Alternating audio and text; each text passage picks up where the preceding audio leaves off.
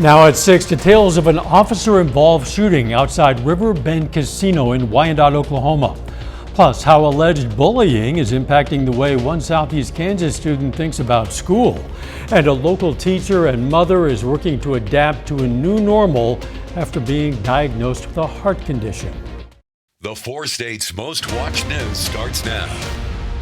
The FBI is investigating an officer-involved shooting at the River Bend Casino in Wyandotte, Oklahoma. This is KOAM News at 6. I'm Dow Quick. Authorities say a person pulled a weapon on a Wyandotte Nation police officer this morning in the casino parking lot. That officer then shot that person. The officer was not hurt. There's no word on the person's condition. Since the shooting happened on Indian Trust land, the FBI is investigating. According to the CDC, 28% of middle schools report that bullying is a frequent problem. It's a problem that's affected how one Southeast Kansas student thinks of school. KOAM's Carrie Worthen has more from Chanute. Caleb Bench is a 7th grader at Royster Middle School in Chanute, Kansas. His grandmother and guardian, Dottie Kellerman, says Caleb is getting bullied at school. This has been going on for quite some time, for months, actually. Caleb comes home a lot of times in tears, very upset most evenings, hates to go to school, just does not want to go back. And it's because of the bullying that's going on at the school, and there's not anything being done about it. Caleb said 3 students have bullied him on multiple occasions and even stabbed him with a pencil. I went back to what I was doing and I turned around. But then when I turned back, he just came back around me and held my hands behind my back. And the other boy came up with the pencil and started stabbing me. According to the superintendent of schools, Caleb was taken to the school nurse and checked out after the incident, and family was notified. I believe a lot of the problem is because the school has failed Caleb miserably this year. Caleb has an IEP which states that he is to have a para with him. Caleb has not had a para with him in school since the first few weeks of school. Kellerman says she thinks the school isn't doing enough to punish bullies. I've talked to people that have spoke with the school about what's being done to their children at school. I've talked to people that don't even bother to call the school. They have asked Caleb on multiple occasions, how come you haven't said anything to us? And he says, because nothing ever gets done. I reached out to Royster Middle School and they sent a statement saying, in part, both students responsible for the injury were subject to our standard disciplinary process. Caleb says the bullying affects his feelings about school. Honestly, this is how much I don't like that school. I would rather be suspended. Orange is my favorite color. In Chanute, Carrie Worthen, KOAM News. You can find the full statement on our website at KOAMnewsnow.com. Meteorologist Sam Lane joins us now with our first look at the weather. And temperatures in the 20s this morning, but this afternoon we made it up into the 40s, and that's good news. We do have some rain on the radar, but it's way down to our south in western Arkansas, southeastern Oklahoma, where it's a cold rain mixed in with a little bit of ice pellets. But it's a bigger problem in northern Texas, where they've been dealing with a major ice storm across the Lone Star State.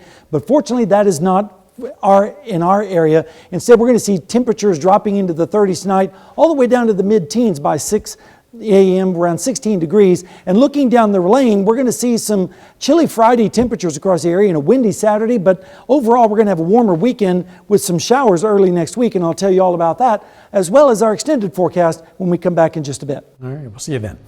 The Republican-led Missouri House of Representatives is advancing a proposal to make it harder to amend the state constitution.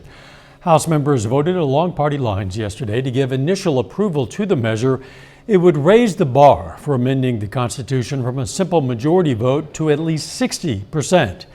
If passed by lawmakers, the change would need voter approval. The amendment notably would not increase the number of voter signatures needed to put an amendment on the ballot.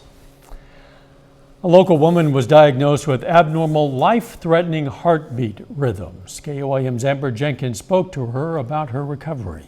It was scary of, can I even go ride my bike with my kids. Brittany lives an active lifestyle, being a mother of two, a teacher, and an avid runner. However, that all changed when she felt something was off with her heart. It was quite shocking when I went to visit for my first visit. There was lots of tears and just like, what is happening? Because I'd never had any other issues. She was diagnosed with ventricular tachycardia.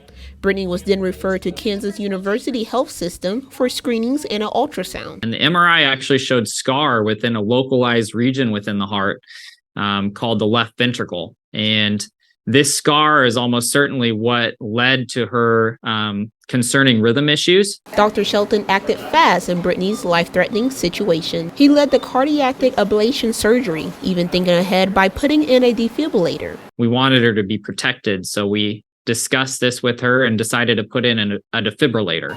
And so that's a device that sits underneath the skin, and if she has a life-threatening rhythm issue, it's capable of treating her and shocking her back to life if that was to happen. Hopefully it doesn't. Brittany had a long recovery, missing 2 weeks of work. However, she is thankful for Dr. Shelton and KU's medical staff.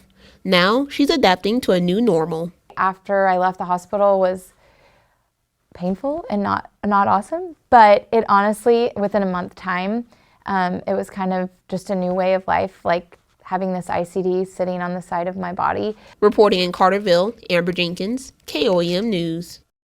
Brittany is a school teacher in Carterville. Brittany wants to emphasize that you should listen to your body. If you feel something's off, she says don't procrastinate. Get a doctor to look at it. Students in Carthage today celebrated the 100th day of school. Kindergartners at Mark Twain Elementary were visited by Zero Hero, a special guest who shows up on days that end in zero to celebrate with Carthage kindergarten classes. The celebration always involves games and other fun activities. It helps them to understand their number sense.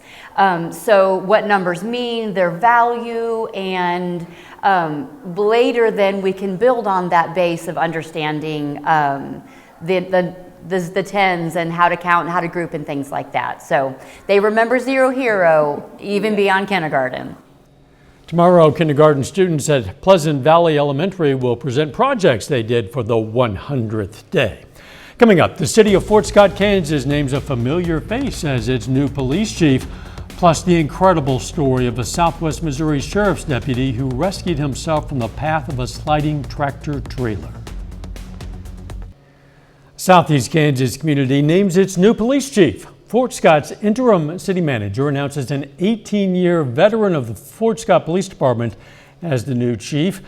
Current police captain Jason Pickert will take the reins from retiring Chief Travis Shelton. Pickert started his career with the Fort Scott PD in 2004. He served as a patrol officer, detective sergeant, and then was promoted to captain in 2018. Pickert will take the title of chief on March 1st. Our congratulations. A Lawrence County, Missouri deputy had to rescue himself when a tractor trailer slid out of control toward him. Happened Sunday night on I-44 as the deputy was responding to another crash. Reporter Liam Garrity has details. Seconds. If I hadn't moved in that amount of time, and it would have been me in between the two cars. A routine accident response turned terrifying for Lawrence County Deputy William Blankenship. It happened Sunday night as winter weather was hitting the Ozarks. Turned around just at the nick of time to see the semi turn sideways and go into my cruiser. Started pushing my cruiser towards us in the ditch. Deputy Blankenship was in the median of I-44 right by the Hulltown exit. He says a car cut off the semi, causing the truck to jackknife into his squad car. And I went from one single car slide off to where I had two semis turned sideways, plus two other cars on the opposite side of the roadway that I had to deal with. He says he was the only one injured, and it was from jumping over the barrier. Even with minor injuries, he stayed behind and helped everyone in the crash. Then he got medical attention. Lawrence County Sheriff Brad DeLay says everyone should know the move over, slow down law. Any type of emergency vehicle that's roadside, it requires a driver, if at all possible and safe, to simply slow down and move to the opposite lane. He says if you can't do this, just slow down. But this law was made specifically for events like this. It's extremely aggravating that someone, one of my deputies, could have been killed in something that was totally preventable. Deputy Blankenship says it's always a hard phone call to family when he could have been killed. Family just kind of expect that they're going to hear some bad things, but they're hoping it's not the one bad thing, that we're not coming home. A little bit later, 3 football standouts at Carthage High School sign on to continue their careers at the college level. And we had lots of sunshine today. Is it going to last through the weekend? I'll have the answer when we come back. Well, folks, according to Puxatawny Phil, it looks like we're going to have 6 more weeks of winter as he saw his shadow today. And if he was in the 4 states, he would have saw his shadow as well, as we had lots of sunshine today. Right now out inside in Seneca, Missouri, the Indigo Sky Casino and Resort, pretty clear skies, a beautiful sunset as we head towards the evening hours. We're going to see temperatures dropping pretty significantly tonight. This afternoon, we made it up to 46, which was only 1 degree cooler than the normal high of 47, 21 on the low, about 5 degrees cooler on that. So we ended up a little bit below normal today, but still not bad overall. However, down to the south, they've been dealing with the ice storm still today. And on radar, you can see some cold rain and some winter-like precipitation down in western Arkansas and southeast Oklahoma. That extends down into the Dallas Metroplex, where Texas has just been pummeled by that winter storm. Here's another storm system that's starting to impact the west coast. That is moving in our direction and will be around Monday or Tuesday before it gets here. But in the meantime, we're going to have some pretty nice weather to enjoy. Right now in Joplin, we're sitting at 41 degrees. It feels like 41 because the wind is only out of the west at 3 miles per hour. Dew point is 18 right now, so it's a little bit dry out there. Temperatures are generally in the upper 30s to the east and south of us. 40s elsewhere, 46 right now still in Chanute, 43 in Yates Center, as well as Oswego, 41 over in Carthage. And we're running around 10 to 15 degrees warmer now than we were 24 hours ago, but there is some colder air up to the north. That's going to be moving our way overnight behind a cold front that will sweep down from the north. And tomorrow we're going to see lighter winds across the area, but on Saturday, that's going to be a different story. We're going to see winds out of the south, and it's going to be a warm direction, but with winds over 40 miles per hour and low dew points and the drought still continuing, that means the fire danger is going to dramatically increase as we go into Saturday. And then again on Monday, we'll start to see winds in the morning around 17 to 20 miles per hour. And in fact, here's a look at that drought condition. You can see exceptional still in parts of southeastern Kansas, and it's been migrating back into southwestern Missouri as we've been still dry. Even though we've had precipitation over the last few weeks, it's been very light, and we need some rain, and it looks like we have some in our forecast. But temperatures tonight are going to be in the teens across the area of northeasterly winds.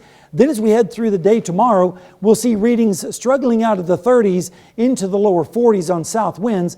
Then Friday night into Saturday morning, we'll see the clouds increase, but temperatures will generally be right around freezing by Saturday morning. And then Saturday afternoon, the wind machine starts, and winds will be out of the south with highs in the low 50s across our area.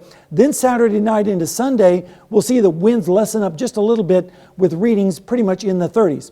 Okay, so we have the cold air in place now. That's going to start to retreat as we go through the weekend, and milder air starts to move in just in time to meet up with the storm system moving across the deserts of the southwest.